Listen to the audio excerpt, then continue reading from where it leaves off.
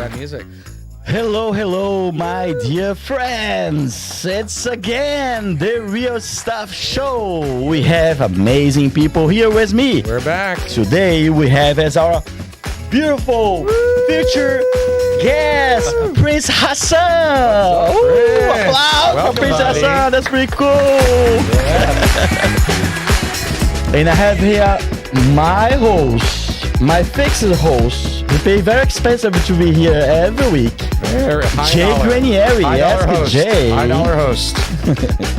And today there's amazing interior designer, Francis Herrera. Woo, Francis. And direct from Italy, Kira Petilli. The Kira Petilli. Cool guys, so great to have you here. My beautiful tech, Andre, everything is great? Could you hold all these people here today? Oh, nice. Oh, it's so cool. That's amazing, guys. Looking good. That's great. So a little bit of housekeeping here, okay? I have a lot of beautiful panelists for the first time in the show. So everything today is a little bit more about this beautiful gentleman here, about him.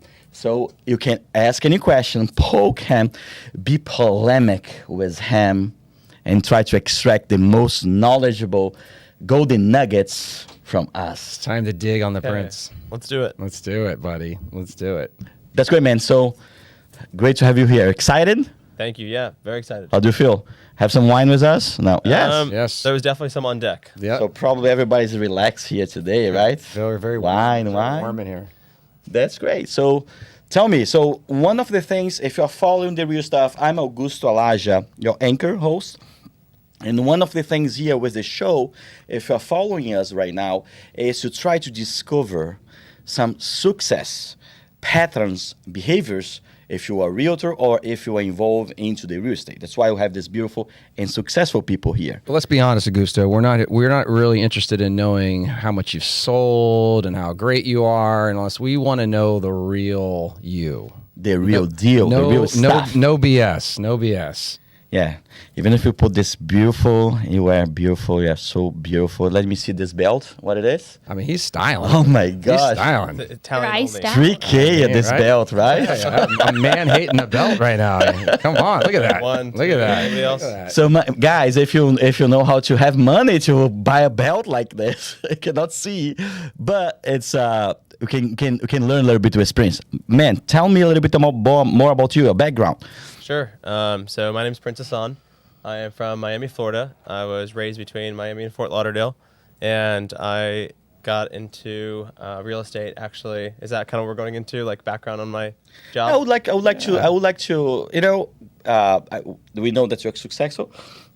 Let's go behind a little bit, like Sure. before, like Like when did you, like what you did, what was your parents did, you know, Sure, of that's course. brought you to this point right now. Okay. So I was raised in Miami. When I was 10 years old, my parents decided to, they wanted a more suburban lifestyle to raise their kids. So they came over to Fort Lauderdale. And my parents actually, they owned the Cold Stone ice cream franchise on 17th Street. So we were the... I love that place. Yeah. Kind of a connoisseur of ice cream. So Yes, you're hitting a sweet spot for me. Perfect. So that was actually my high school job. But my parents moved to Fort Lauderdale. They're actually like real estate investors, and that's what they did. So Cool. Real estate was always kind of a dinner table talk in my family. And when I was in high school, my parents are kind of deciding to go to college. My mom really wanted me to stay close. She had like a health problem. She's totally healthy today, so all good on that end, but she had like a stroke. So she was like, okay, I understand you're ambitious and you want to go move to a different state or go to college somewhere else, but I would really like for you to stay somewhere close to home. And I mean, you're never going to say no to your mom on something like that. So I actually decided that was how I got into University of Miami. So I applied, and I stayed close to home. And that's kind of, so I was raised in Fort Lauderdale, ended up at UM, and then kind of starts from there. That's pretty cool.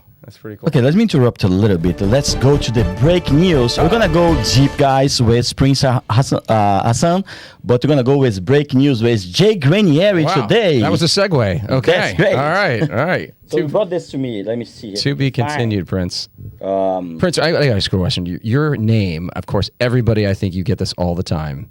Debunk everybody out there. Prince is actually your real name. Sure. Yeah. So Prince is actually my legal first name. All right. So whenever I go out, I'll tell my ID. They're like, "What's your real name?" Right. And I'm like, "Prince." And they're like, "No, what's your real name?" But actually, I live in Miami now. So whenever I say my name is Prince, they bring me a bottle menu, and they're like, "Prince of what?" So you play the card a little bit. Yeah. And when I was, when I was in high school, in college, everybody at University of Miami wants to go out to the 21 plus locations. Right. So my older brother's name is Mohammed, but he's 7 years older. So I used to use his ID.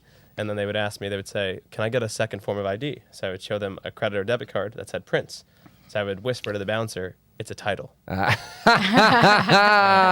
that's kind of how I would make my good. I'm glad that you actually use that name to your strong. And it's a very brandable name, right? So strong name in the real estate, probably. Person, oh my gosh, these guys come from the Arabias? From where?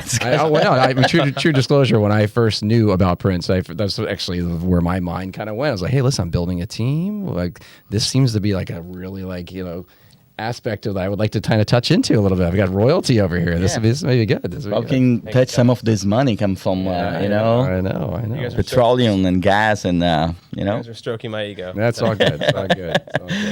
Jay, go ahead. So this is your news that you brought for us today. What do you want to say about that? Well, there's a lot of crazy news going on right now about, foreign purchases in our country. You've seen this, right?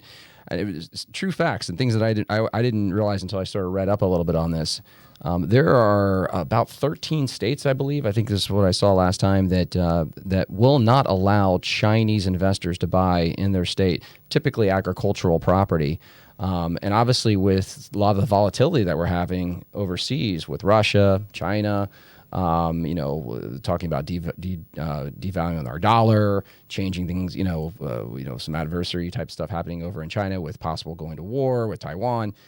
There is, our governor here has been looking at the possibility of restricting foreign purchases here in Florida. And I'm interested to know from your businesses, how much would that affect your business? Because I know for me, I sell to about 20%, international type style buyers. What's your take on that, Prince? I attended the University of Miami, so 30% of my school was internationals. Yeah. So a lot of my clients till this day, I started when I was in school. We'll get into that later, but most of my clients are internationals. So I just sold a nice apartment in Edgewater to a Bolivian family. So if their country started getting banned, that would definitely not work well for me. Right. I haven't felt it too much because I work with more like Central South America clients, and I don't have so many of the Eastern European or Asian clients if that's what's being restricted. Yeah. But I definitely do think that would soften the market a little bit because Miami being such a big hub for internationals, everyone talked about once the internationals came back in, the market would get even hotter. So. But guys, you really think this it's important protective action that the governor is doing right now? Do you agree with him or not? Because if he's doing that, it's because he's feeling some threats, right? From China, Russia, and other places, right? So sometimes you have to make a decision, right? Make a little bit less money, but protect yourself. Right. So what are your takeaways? Do you agree with him? This is only BS? Is only politics? Or do you think this is right now a real threat into the real estate, assets in the United States? Because of course, if China starts buying everything from us, from the United States, they're going to become the owner of the lands. Right. And mainly the agricultural land, right? Because how many people they have in the country, it's billions of people there, What do you think about that? I personally, I know real estate. I don't know politics. So I'm going to leave it up to them. But if I had to give a personal opinion, I think that security always comes first, So if the country's security is actually at risk, then please take all precautions. But just don't get too carried away with it, because once you start doing that, then it becomes a slippery slope. Kira, Italians should be buying land here or not? For this specific scenario, I would like a little bit information on the backstory of why they're possibly going to restrict foreign real estate purchases. But I would assume they would have a good reason, but I would like a little bit information. So that's And a like that's a you're saying, phone or I don't friend wanna answer. get too It's a phone or into friend answer. That's good. So they probably like nobody wants to engage in She's got this. 3 options. Yeah, Francis. She's gonna phone a Do you friend. agree or disagree, Francis? I think if Let's these kick are- the Chinese out of the United States or not? if they are I'm the only polemic guy here. I know you're from Brazil. Like you should be like, what's going on here? What the f? Come on. I don't care. I'm here to create polemics, guys. I mean, where are you hiding your money here? I want Gustavo? more Like, views, you know? where are you stockpiling all your funds? do I'm you saying think? if they are all into interior design and fashion, then they should be able to buy whatever they want. Oh, look Oh, at that. wow. To me. That's a plug. So, guys, you I like can it. hire her. She's open for business. That's right. Chinese people. You can learn some modern design with her. Jay, what is your opinion? It You should know- be a little bit more edgy than. Yeah, I mean, listen, we do thrive on a lot of different classes. I think we have to be very neutral in a lot of things that we do, but I like the way you addressed it. Security first. So if they pose a threat, or if a country is posing a threat against us, you know what? I mean, that's American. We're standing behind each other, and we can't put the dollar in front of the cause. So I'm there's a lot of different one of the things that I would hope would not happen in this situation would be that they're kind of directing the attention towards two countries that are kind of causing a lot of problems with us, but then everybody else gets kind of affected by that too. Because honestly, if you look at the data, and you guys get this as well too, is Russia, China, they're not on top of our list of people that are purchasing here in Florida. It's really Brazil, Colombia, Argentina, Venezuela. So there's we're not I wouldn't say there's a certain brokerages and brokers and agents that would be affected by their Chinese buyers or their Russian buyers, but it's certainly the minority of the international purchase power here. That's okay. And again, guys, this news were brought by Vanilla News. Jay Grenier. Vanilla News. Is that what Vanilla is that really? News. I want to slide. This is Vanilla News. I like that. No, this is a pretty polemic, man. I like it. I'm very proud of you with this news. I put you a little Proud bit of in the corner right now It's- to answer this. It's my new thing. I would love to see. And how about what do you think? Do you think that the success that we have right now in Florida to attract so many people is because we are red states? Do you think there's some relationship? Because everybody, it seems, and I don't know anything, I'm the dumbest guy here in the middle, but because I'm even not American, but I see that I have a lot of people is going out of the blue states and coming here, right? So New York and California and stuff. So I don't know, probably there's some stuff that makes sense here, no? Yeah. Well, first, I'd like to just point out that you are American, and someone just received their green card just recently. So congratulations, Yes. my friend. Very nice. Very nice. Yeah. Clap. Round of applause for that. Prince, what is your take on it? Like, let's say, are you seeing, the post-pandemic style of our foreign buyers coming back? Are you noticing that you're getting more calls? You're getting more. You said a lot of your business is overseas. Right. I definitely do. I think that Miami has specifically Miami with a mix of obviously little pockets in Fort Lauderdale and West Palm and Palm Beach as a whole. Right. I just think that so much has happened, whether it's the people moving here, whether it's, all the hot spots or restaurants, groups from New York, you have like Major Food Group and Carbone and all these different options. They open the social club, then they open the restaurant, then they open the speakeasy, then they decided to bring their new construction hotel from Cipriani, then they decided to put the beach club outside, and that's so exciting. I don't know anybody that's going to say no to that. So I think when you're in a state that's, governing laws that kind of tells you to stay inside and the world's ending, and then you have a state over like Florida where everyone's kind of free for all, Right. And you have all these new shiny objects coming in, I think it's hard to pay more taxes in a state that doesn't, I don't want to be quoted on this, but doesn't allow for more freedom, if Yeah. that makes sense. Yeah. So when you see a state full of freedom, it's more affordable, and it has all the shiny objects, I think it's kind of a no-brainer. Right. And that's why you walk down these streets and you see everybody, for example, I just moved to Brickell, and when you think of Brickell, it's technically in Miami. But when you ask anybody on the street, where are you from? They're New York, New York, New York, New York. So it's like the whole city is now from New York. So it's like they call it mini Manhattan. So I personally think that there's just so many reasons on why I don't think it's necessarily because we're a red state. I think it's just like the red state laws and red state culture mixed with all those fabulous things that you can find in a big city like Miami, New York, or London or something like that is what brought everybody here. It is kind of interesting because like Miami, Broward, wherever you're, sort of these micro and major metropolitan areas, they're doing so much to attract, international people to come here. And then you see a news like this, which is kind of like the reverse of what really, it doesn't make much sense, right? So, we've got all these great things that we're bringing this international culture here. Formula One, is one of the most recent, events that we brought in. It's bringing a lot more of that international, spectator here. And then all of a sudden you see something like this pop up, and it's kind of sours a little. Even like Art Basel. Yeah, right. Art Basel as well too. Right. Let's go a little bit on less polemic news. Yeah, let's get a little lighter here. I don't lighter. like Millennials are fueling a generational housing bubble and set to pop in the next decade. As demand drops, research says. What do you think about it? It's like right now, it's really the millennials that is buying everything here in Florida? Well, being a millennial myself, I'm going to defer to Kira here.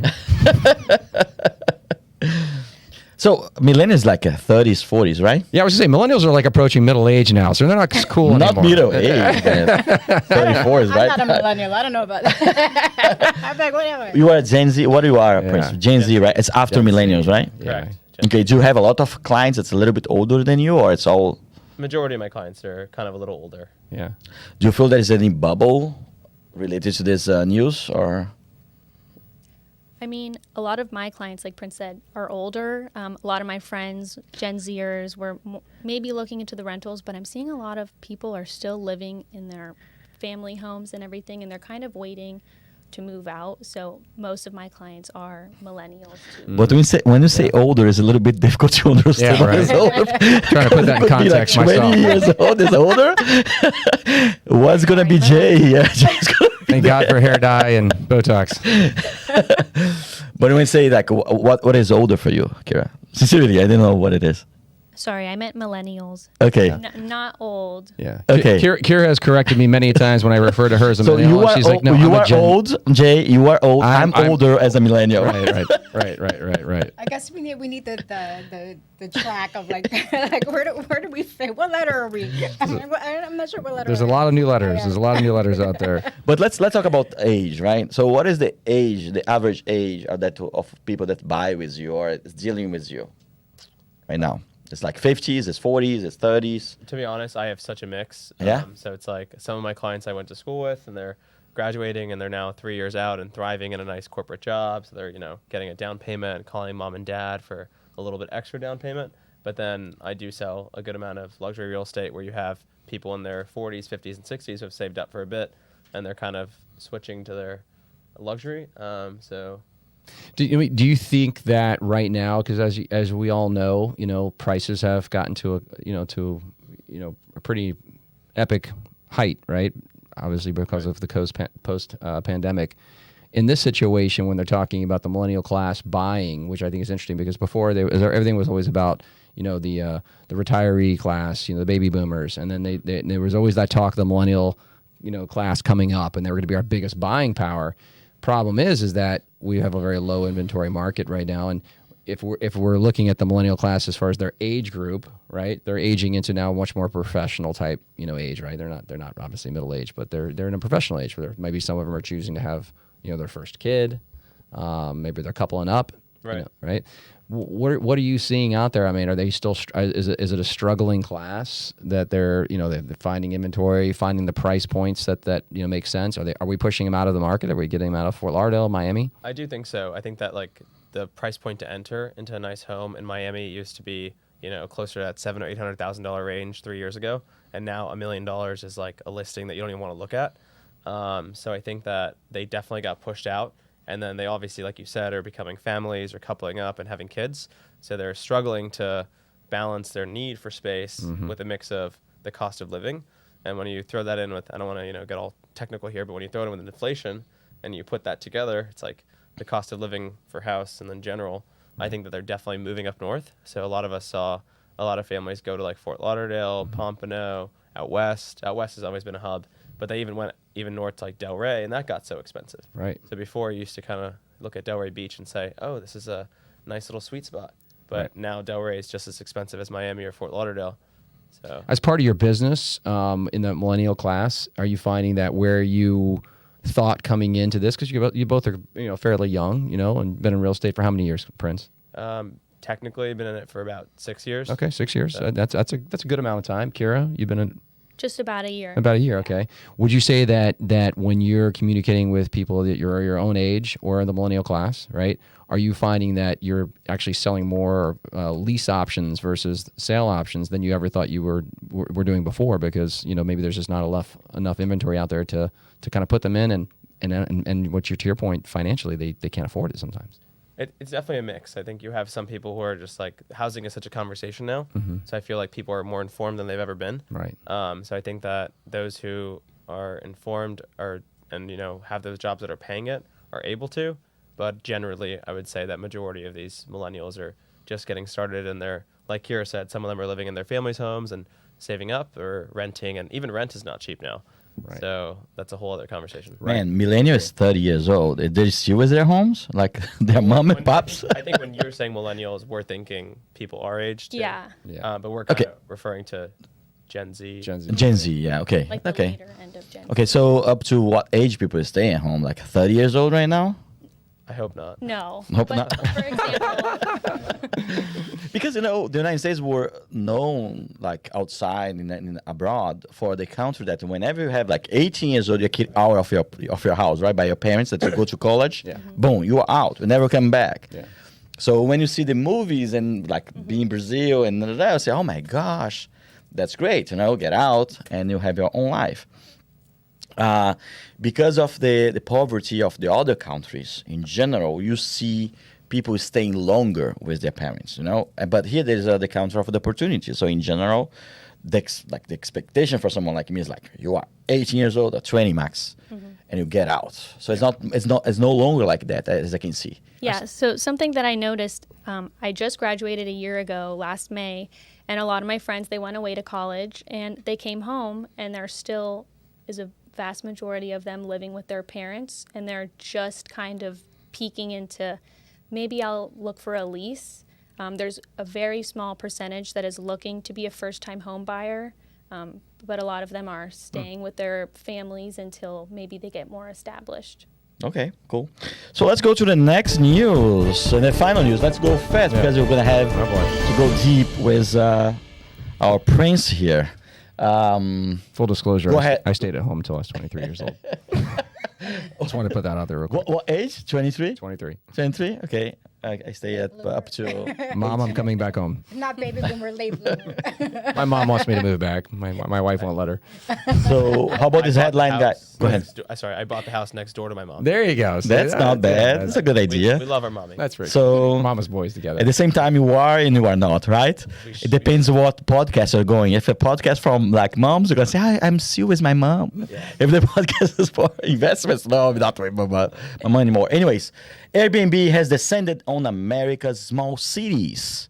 Now locals must decide how to contain it. Yeah, this is What do you big. think about it? Because I have some people here that does design Hot topic. for Airbnbs, right? That's true. Yeah, I've been getting a lot of Airbnb calls lately, which, and they're in residential neighborhoods. So I actually have been thinking a lot about that myself on how, the people that have their homes and they live here full time, on how they're dealing with it. And I don't know too much about the Airbnb business. I just design them, but it's crossed my mind. So you're a mom, and let's say that somebody buys a house next to you, and you think you're gonna have this great family living next to you, and it turns out to be some wild and crazy guy that's not even living here, and he decides to put it up on Airbnb, and you have no control how he is going to rent that property. And if he decides to drop the price down because he doesn't want to have a vacancy there, anybody can basically rent that property out. And during spring break, you can have 200 people partying at that house, and you have no say over how that control is going to happen. Right. What's your overall opinion about something like that? I mean, I would be very, very upset. Right. Clearly. Yeah. Yeah, and I did Airbnb recently in Coral Ridge, which you know. They have the Coral Ridge Association, which is like, you know, Right. very, very tight and controlling. Right. So I know that the property manager and the owner have been dealing with a lot of phone calls and a lot of pushback. Yeah. Yeah, I'm lucky. I'm lucky that I'm on this side and not having to take those calls. As a future investor, I'm gonna be pushing the community. I'm sorry, I'm just joking. Anyways, I would like to know, not for me, for a friend of mine, what is the right design for an Airbnb? Is it changed a little bit if you are investing in Airbnb? Any one of you guys have thoughts in terms of investing on this already? And in terms of design, is it a different design or is it the same design? It's different. A lot of my clients are asking for practicality. They want, if something gets broken, they want something that can be easily replaced without compromising the overall design. The practicality in fabrics, where if people are coming in with wet bathing suits or they choose to bring their dogs or they bring children, like you said, it has to be something that's livable, durable, practical, and functional, and not at a price point where it's not replaceable. It's difficult to replace. So like you're not going to invest in an $8,000 sofa for an Airbnb because That makes sense. they want something that's more like $2,000-$3,000, and where it's like if it gets ruined, you can replace it right away at that lower price point, because you know I mean, you're doing it to make money. You're not doing it to lose money. Right. IKEA, baby.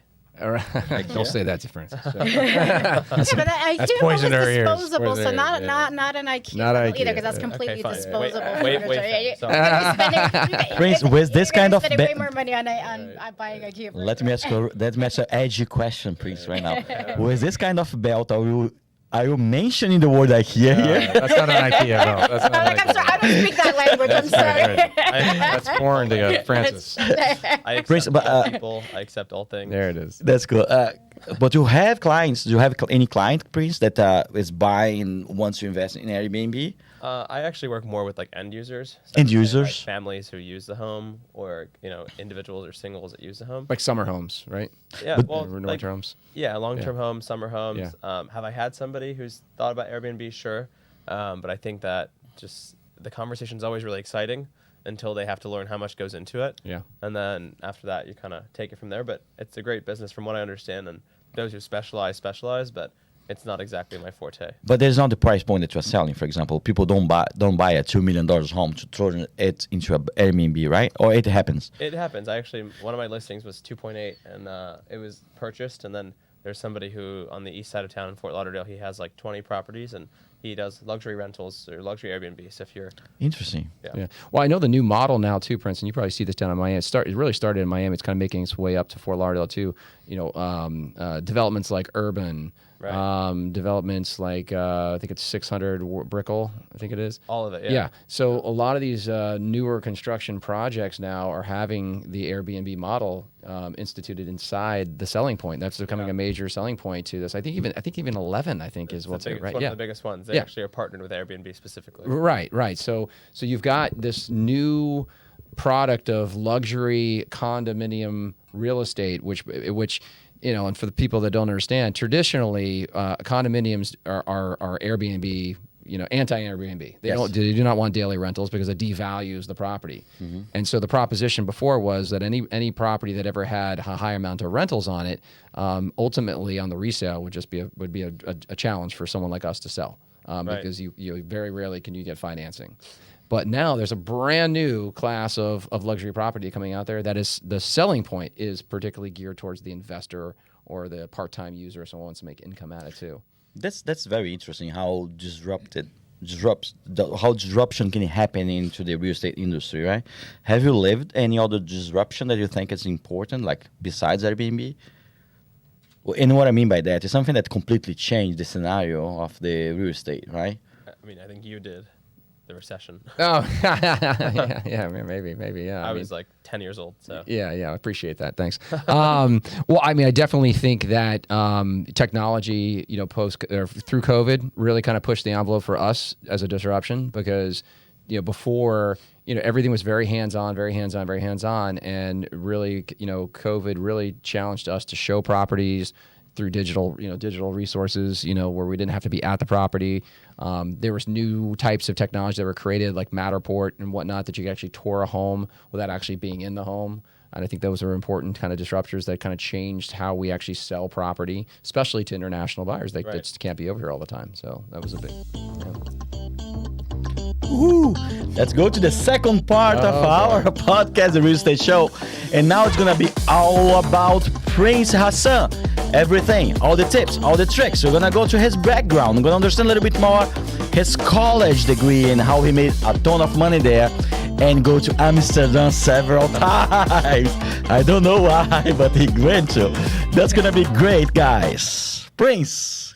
Hello. Let's come back to you now. Thank you. A little bit of background. And, we had this conversation the other day. It was amazing.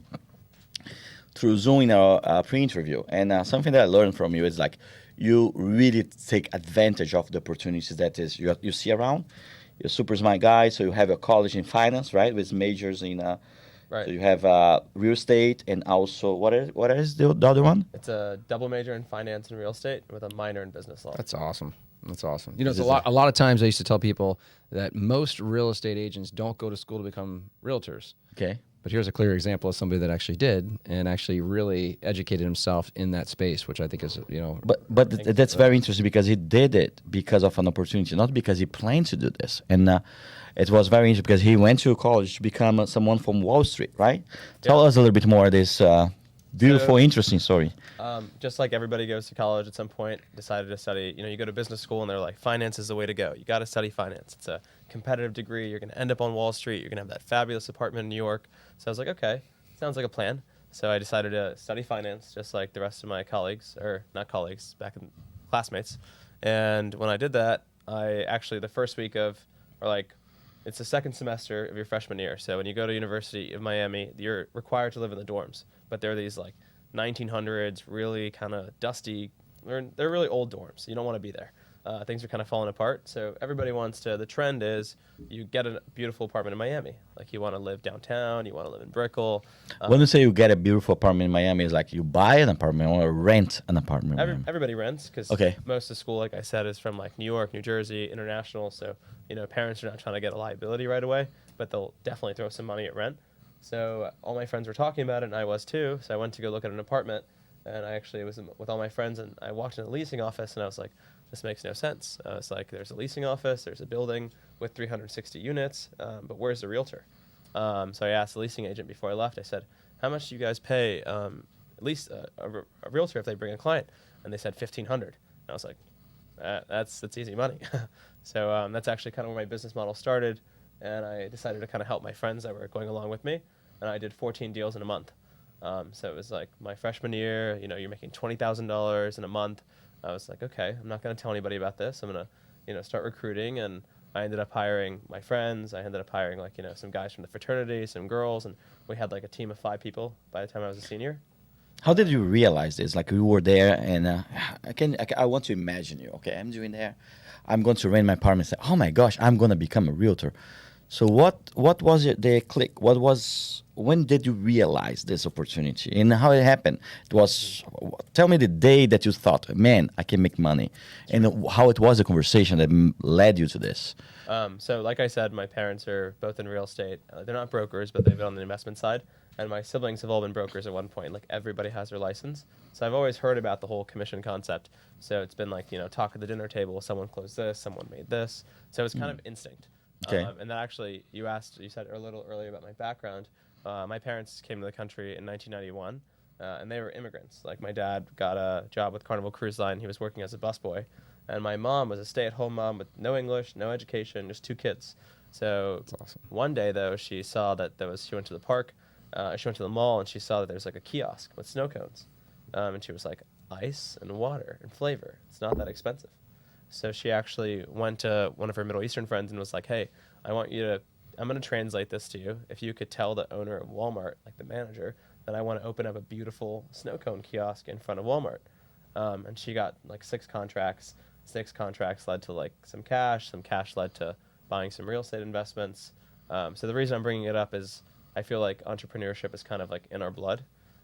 So it's when I saw the opportunity, the day that you're asking me about was that day when I was with my friends, when you say $1,500 and you multiply it times 4,000 students, that's a lot of money. There's a huge potential. And in general, guys, when you have guests here, he say, we need to work really hard. So this is the majority, the mindset of the real estate, which is great. Yeah.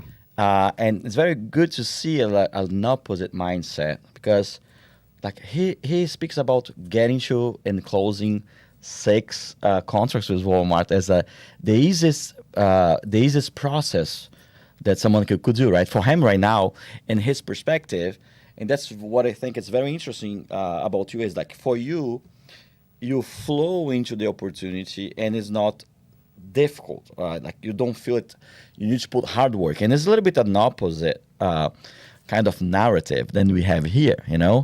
And then would like to share with you a little bit more what differentiates yourself on this and what makes you a little bit different Sure. Compared to other realtors. I mean, everyone's going to say they work really hard, they have drive, and I think everybody does.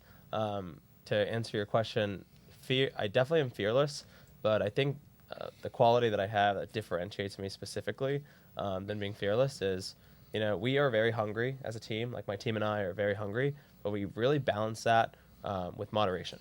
So we are not pushy. And I think that's a really good quality to find in a realtor.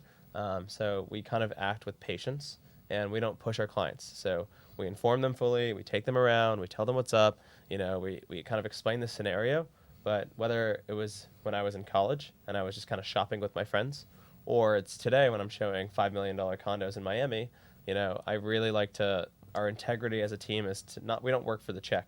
And I actually think that this started with me just because when I was in college, my parents, they gave me a debit card. I had like a monthly allowance and I was in college, and I didn't get into this business to make a dollar.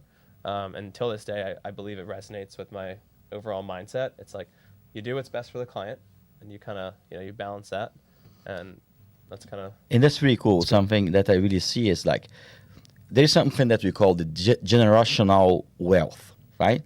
And the generational wealth is something that, as an immigrant, I would like to create for my kids, right? And it's not only about the money that you have, but also about the mindset.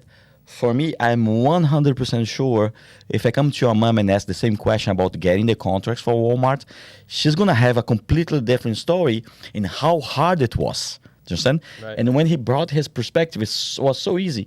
And he's flowing so easily into real estate.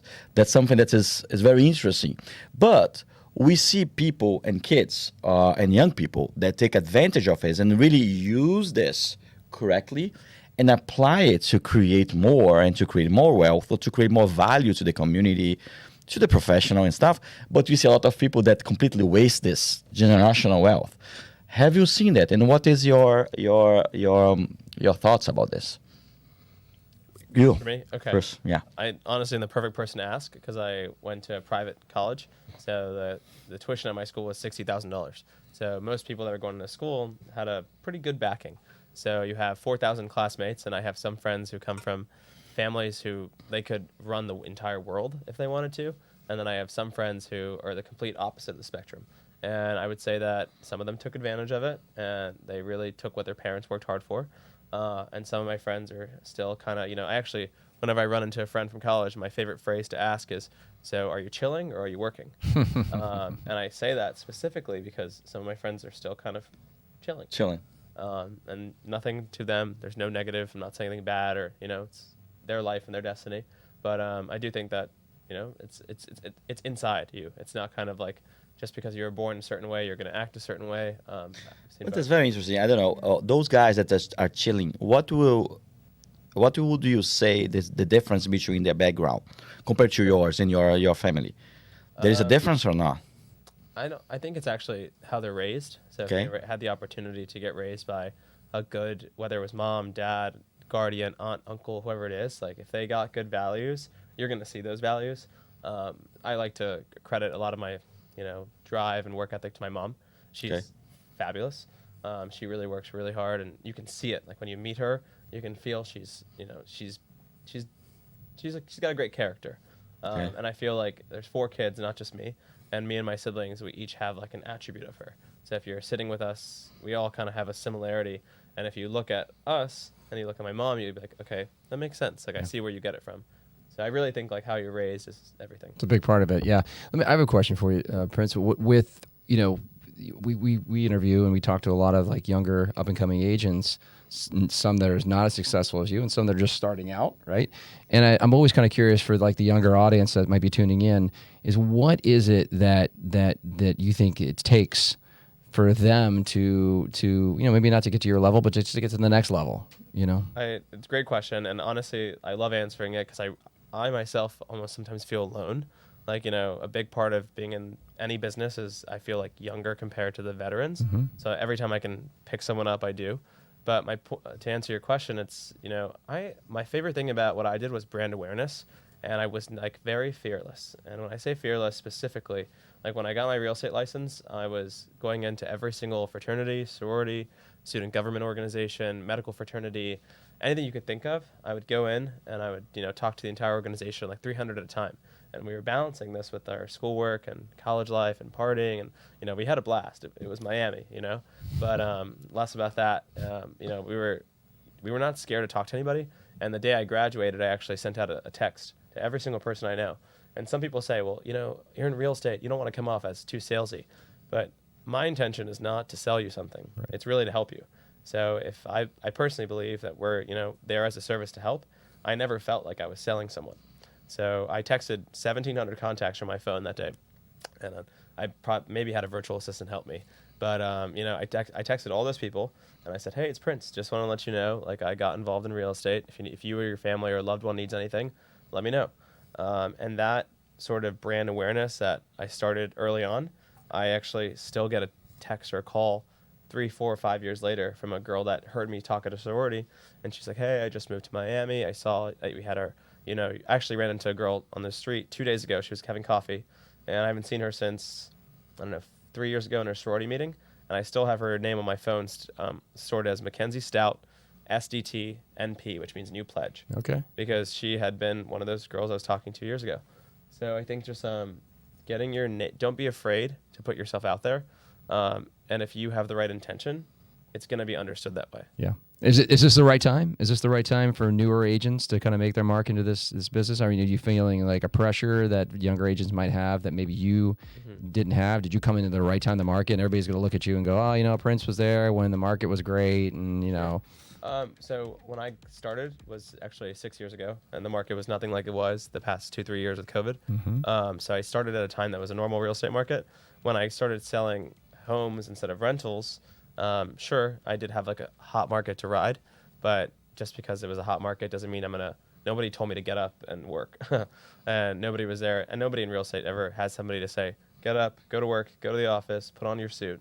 So I think that it's all kind of like a personal choice. Built into you. That's great. Great for sharing. Yeah, I have a question. So amongst realtors, like how do you differentiate yourself? Because I feel like everyone's a realtor in South Florida. Easy. Right? or it's like your second more job or more third than job. everyone. And I always wonder, I'm like, how do you set yourself apart? How do you differentiate yourself? I mean, obviously your name stands out, and you've got like a super cool look, and you look. And guys, I'm gonna get my obviously, like a but, superhero. only Prince. good news. I'm gonna get my license soon. Yeah, No, there I'm it is, joking. there it is. Anybody else?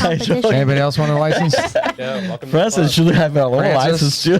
Got an extra one on me here somewhere. I've thought about it, but I'm like, I don't know if I'm going to be able to. Yeah, I'm going to need a few more cakes for that. I've got an answer, but I'm going to let the veteran answer first. I was thinking about that. I was, to me, I think that the biggest thing is mindset, because a lot of people go out there, to your point, and that question comes to us all the time. How do you differentiate yourself? I don't think I'm out there trying to differentiate myself. I'm not trying to become something that I'm not.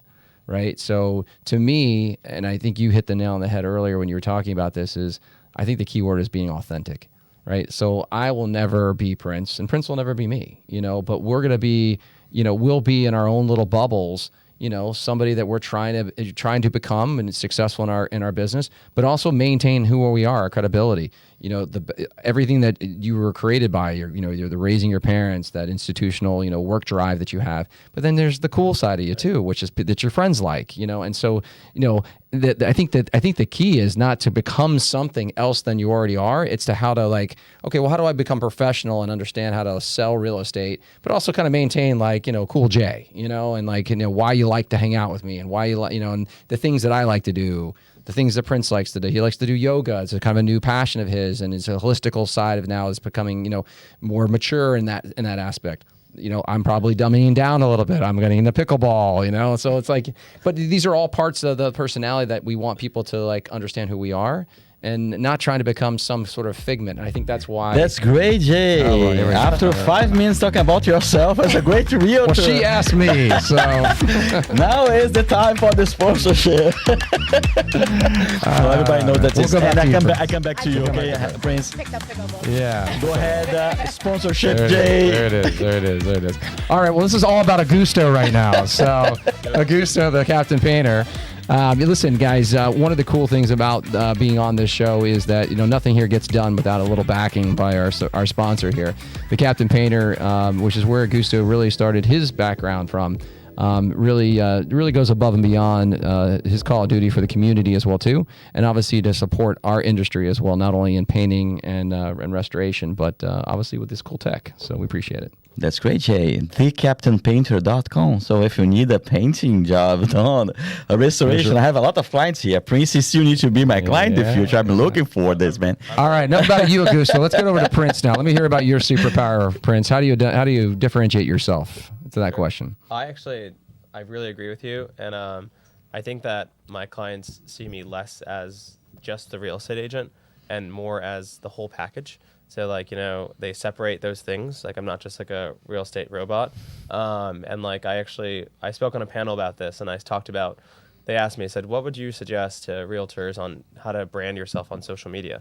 And I said, if you look at my insights, if you guys are familiar with insights, if you go to Instagram and you see who's responding or who's sharing your post, my most popular posts are actually fitness, travel. When I bought my own house, so I think that was kind of actually you got to walk the walk. Mm-hmm. You can't just be saying, here's my client, here's my keys, here's this new neighborhood, you have to invest here. But if you're actually living that life, people are going to feel it. So just back to what you said, be yourself. People want to get to know you. And I think that my clients, we are obviously professionals and we advise on things that are real estate related, but they have to trust you because, you're kind of giving them guidance on a very personal decision. And if they don't trust you as a person, then they can't really, they're not going to be so sure in working with you. Did luxury real estate shape who you are today, or were you already luxury and that just kind of fit into that mold? I'm always kind of curious on that because, as you know, we see people all the time that are trying to front something that maybe they're not, Of course, yeah. I mean, I think that I did get into luxury really fast. So I never really talked about it, but I did 300 rentals. Mm-hmm. But then my first year, I disagree with you, Prince. I'm gonna come back to this, but go ahead. Okay, perfect. My first year, my first sale was 325,000, and that went up to 3, 4, 5, 6, 7, 8, 900,000. My second year, we were at 2, 2, 3, 4, and my third year, I just had a $4.5 million closing. But the reason I'm bringing that up is that I actually never ever posted any of those luxury posts. I just posted more about myself and my team and my drive and kind of the services we provide or expertise we have. And I actually just feel like we understand the luxury buyer. So if we can understand what you need to get accomplished, putting the home over your head is a very big deal. And if you can understand what exactly those factors that client needs that revolve around putting that home over their head, you're going to probably do a better job than just posting this new development or posting a picture with you and your colleagues in a dress at some event. That's not going to get anybody to trust you. Right. But I think actually understanding the clientele and we work a lot of East Miami and East Fort Lauderdale, and I actually make a big effort to understanding the lifestyle in that neighborhood, and then I kind of plug our clients in accordingly. Let me come to this because I'm going to piggyback to this. Because I have a gentle disagreement with you. Okay. Basically, it's some people, they think, oh my gosh, Prince just came and he's doing already $1 million home, but they lose sight of for how long you have been working as a small snowball effect in your university before, Right. and how have been done, because basically you were doing like tons and tons of people. Like how many renters did you close by the time? So my team and we closed and managed 300. So it means that So you closed 300 rentals. So Correct. when you started ramping up as a full-time realtor, you had already this book of jobs or this book of clients Correct. that you could take advantage. And I'm 100% sure that some of them bought with you, right? They did. And that goes to one of my points we were talking about in the pre-interview. You said, Yeah. What's something surprising that you think could help somebody in this business? And a lot of people say like getting into real estate part-time or doing rentals is not the way to go. But I only worked really 5 to 10 hours when I was in school because I was studying. I was doing a double major and a minor. School was my number one priority in getting a good GPA. But I was working part-time and I was doing rentals. So now we work obviously high-end real estate.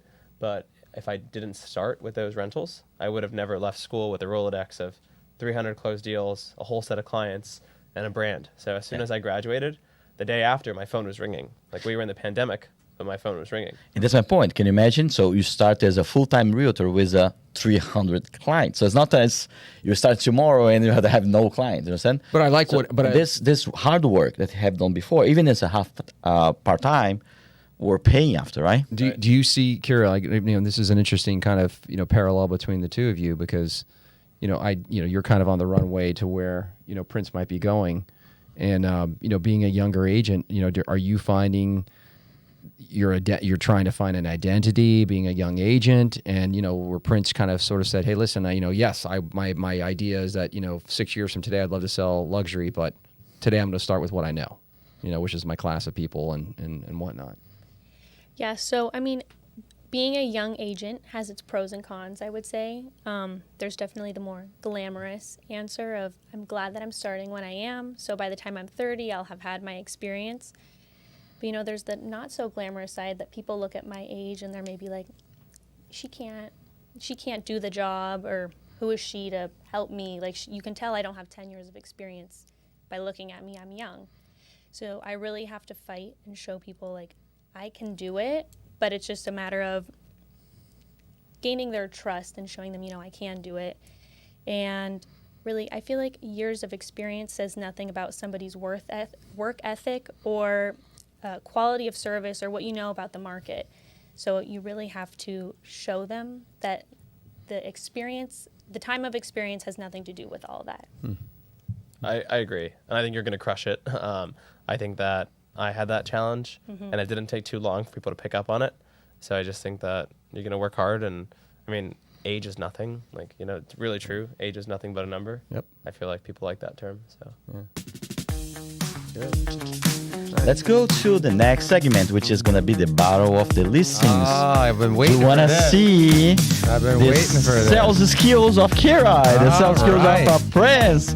Right now is the right time to do this. Okay, Gloves are guys? off, Kira. The gloves are off. Are you ready to go? So here's the rules. Kira's like a deer in the headlights right now. She's like, what did I just sign up for? What did I sign up for? So guys, basically here we're gonna be showing some of your listings and you're gonna be selling them. The idea is like you do a virtual walkthrough, like you present to the entire public, thousands of people that's following us like right now.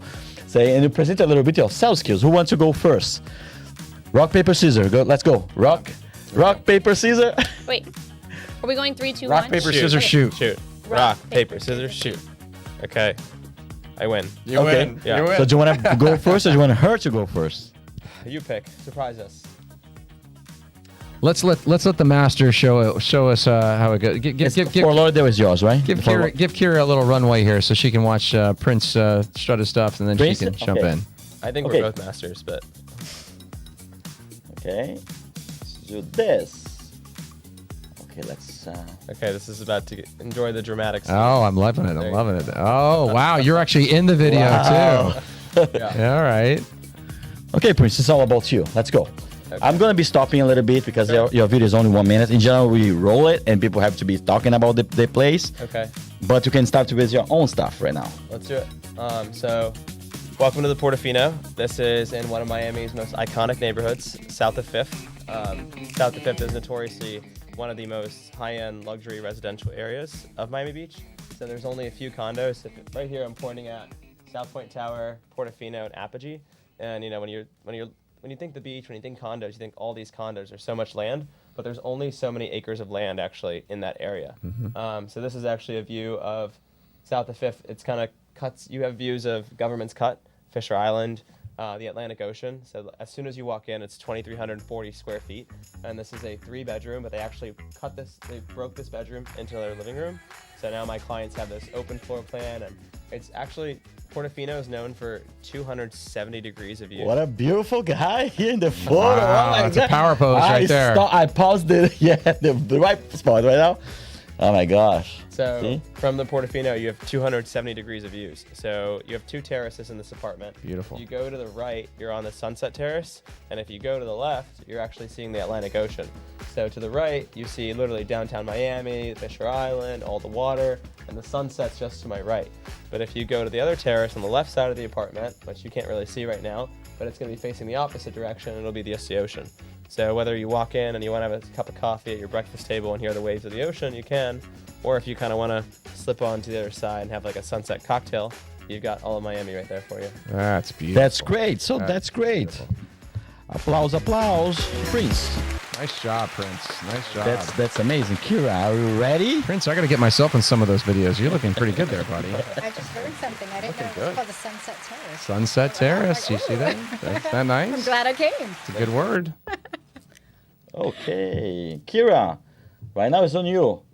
Virtual walkthrough. Go ahead. Where's the cue the music? Oh my gosh. Come on, man. Can I just say, this is Jay's new listing, and this is my first time really seeing everything. There but we I go, do Carrie. know that it is located in East Fort Lauderdale, just off of Sunrise, less than a mile away from the beach. In this property, we have 3 units, which, as Jay says, is a cash cow. Cash You could cow. really, the possibilities are endless. You could do Airbnb or rentals, long-term or short-term. And it does come fully furnished and turnkey, ready to go. And that's about all the information Jay gave me. Yeah. Go ahead. Sell this bathroom. Sell this the house. What else, Kira? Well, it's as she pointed out, it's a 3-unit property. You've got 2 full-size 1-bedroom apartments on each side, and then a studio in the middle. All Rental. retail. How much you can make in Airbnb? Do you have an idea? So we have full income statements for this property for 3 years on Airbnb, and right now he's making about $60,000 to $70,000 a year in income. So great for young professionals looking to make a side income or an investor. I've been in it before. Yeah. It's a cow. It is. Yeah, so again, coming back to Airbnb, what do you think, Francis, about the house? So it's a good house for Airbnb? Yeah, I think it's great. Yeah, because you can keep it rented all year round. As soon as someone buy it to rent it, what would you different? How can you make it even more profitable? Is there anything that you recommend? Well, I noticed does it have an outdoor space? 2 side outdoor spaces, but you know what? I mean, I'm curious with you. What do you think about curb appeal, like with rental properties? That was my question, Yeah. because in the Airbnb that I did recently in Coral Ridge, we made sure that there were outdoor spaces to play in. Got it. So we did a ping pong area, we did a putting green, we did some cornholes, we also did an outdoor bar, and that obviously that. outdoor living is major in South Florida. So if that Airbnb doesn't have those spaces, I would incorporate those spaces, and that would Great advice. increase its value, and people will just realize that it's more, you're getting more than indoor space, you're also getting outdoor living, and you're getting more space to play in. That's great advice. I love that. I would agree. That's great. Again, my dear Jay, sponsorship. Oh boy, back to the sponsors. Well, check out this video right here, guys. If you ever wonder what goes behind the scene in a painting atmosphere, Akusu's got this great crew of guys that truly care about the product that they're actually putting out there. They have a tagline, which I think is a very nice tagline. It's, they treat your home like it's a temple. The Captain Painters. TheCaptainPainter.com. There you go. TheCaptainPainter.com. Okay, guys, we're getting to the end of our podcast, unfortunately, but I still want to extract a little bit more from you guys. Let's go to the golden nuggets of knowledge. You mentioned to me a little bit about CRMs, that could be something very important for a realtor to know. And another thing is to select the right customer, right? So have a story about that. Sure. I would like to pick one. Do you wanna go do you wanna create a little knowledge base for the other realtors about how to select the right customer, or how to create a little bit the management system for them Sure. in terms of development? I'll do how to create a regimen and system. Okay, that's cool. Okay, so let's go. Let's roll. Sure. So I strongly believe in my CRM. I like religious about it. Okay. So whether I go to an event, whether it's a day to day, I'm driving, anything possible. I work for Compass, and we are known for our technology, and we have it all on our phone. And if I'm meeting somebody, whether it's an old friend, a past client, or if I'm on the road, if anybody I'm talking to, I have it kind of separated into folders. So if there's somebody called Sphere of Influences, I just want to talk to you. You need to be kind of seeing my emails. Past client means, hey, we've closed something. At some point, we should be inviting you to a holiday party. We should be sending you a gift. Or I even have like specific parties. If I go to today's podcast and I meet a fabulous vendor like her, I put her into vendors for interior design. So I strongly believe in this because it keeps you organized, and you kind of have a pipeline that gets built out of this. And if you need to mass email your clients, or you want to keep in touch, it's a click of a button instead of kind of like having to sit there writing out lists. So I just think that keeping kind of track of whether it's on paper or online, just a CRM and separating your clients. How often are you keeping in touch, do you think, with your sphere of people? So I actually, like I said earlier, we balance our drive with our patience, and we're not pushy. So I actually don't talk to my clients, and we talk to them like 3 times a year max. Mm-hmm. I actually pick up the phone though and call people individually, Mm-hmm. but we try to avoid all that mass marketing. We don't send the templates. We don't send any of those like emails that kind of look like they weren't generated for you. I do newsletters, so I do 2 newsletters a year. Good. So I'll kind of keep up like, hey guys, here's some really cool sales I think you should see. But I physically go to my CRM, and I have actually folders called the Inner Circle, and that's kind of like people that I meet some people a day, and who do I want to have dinner with, and then I have one that's kind of just like move to Miami, should have coffee with. So I use it as a tool to kind of create tasks out of, versus kind of bombard people with communication that I don't think they're going to read. When you meet somebody, and this is a good training tip that you can offer, people that are watching, especially young agents as well too. When you meet somebody new, you meet Frances. How many times do you believe that, let's say you wanted to do business with her, how many times do you believe it takes for you to really cultivate that relationship? That we call them touch points, right? Yeah, of course. I think if they come through a referral, it's always a game changer. Mm-hmm. So that's like immediately you trust them. But if they don't come through a referral, I think I don't think there's a number. I think if like that first impression they leave on me, if I see that they have an amazing personality, they look trustworthy, and they have a great backing behind them, it could be as less than 1. Okay. But if it's, I think the general statistic you're kind of looking for, probably like 4 or 5 times. Mm-hmm. You got to see them around. That's why you got to stay involved and go to this board meeting and join that club. And Right. I've done a lot of that myself. So Staying relevant. yeah, exactly. What would be the main mistakes people does Sure. with their CRMs, or the way that they manage their customers or the relationships, right? 2 things. So I think a lot of people use like those templates, Okay. and people don't feel like it's authentic. So they don't feel like have a relationship with you. They just feel like you're trying to sell them. And the second thing is they don't clean it up enough. So like if you're trying to use your CRM once a year, it's going to be a mess. But if you're kind of on top of it every other day, every day, and you get in this habit, then you're going to definitely see that hard work turn into success. That's cool. That's awesome. Any other experience, guys, that you want to share with CRMs Kira? for our general public, our audience? I heard that CRM and doing touch points and everything is really important. And I actually recently heard that when you're emailing somebody, the return on getting a response from them is like a lot higher than if you're doing social media. So Yep. although social media is really important, I do know that a CRM really does show when it comes to communicating with somebody and getting a response back from them and making that personal relationship with them. Is there any CRMs that you recommend, guys, in terms of the software itself? I'm biased to my brokerage. I work for Compass. We're fabulous. So use their own CRM. So Yeah. they have a proprietary CRM. Correct. Okay. And you guys? Same with us. Yeah. I'll have a proprietary CRM. Okay. I always say the best CRM is the one that you use. Yeah. That's not bad. It is. Not It bad is. tip. It is. A lot of people don't use it, and so and certainly to Prince's points, a lot of people aren't using it the right way too. So it's a testimony to you, buddy, for the way you're using the tech, and also maintaining your authenticity, which is great. And something that's Big fan. extremely Big important, fan. guys, is how to categorize. How you create the category, and the categories that you have to create, they have to works for you.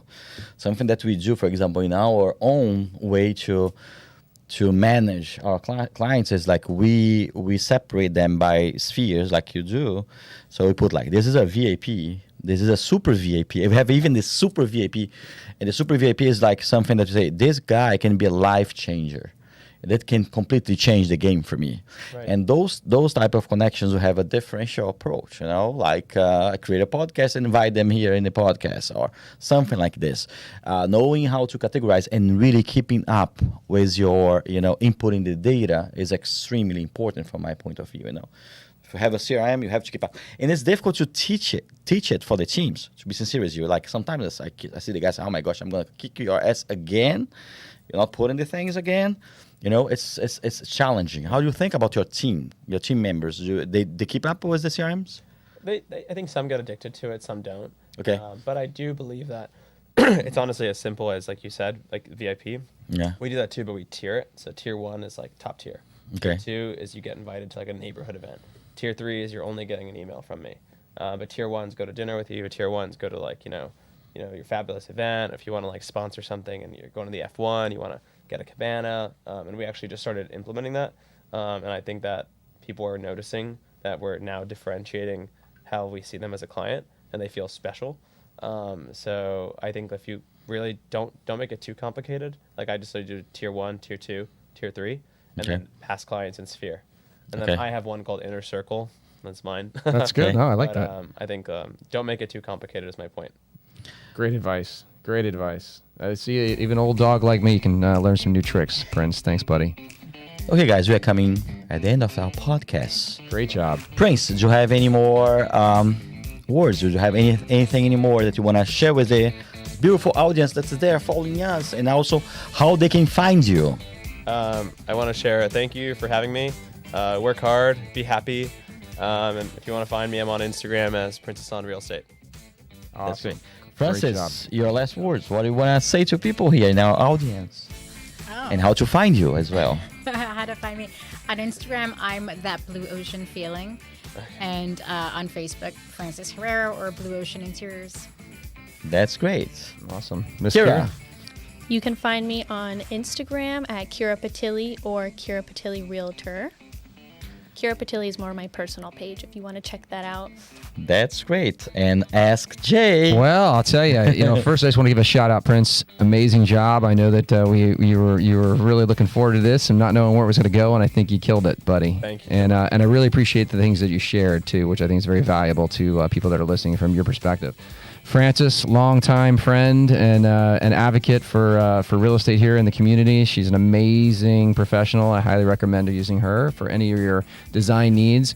And I am so privileged to be sharing this moment with my newest recruit for the curated collection group, Kira Petilli here, and she's doing amazing things. And she's going to be. I hope that one day we could be at this position here, just interviewing you as well too, like Prince. I'm a big fan. She is. She's knows doing this. great. She's doing it.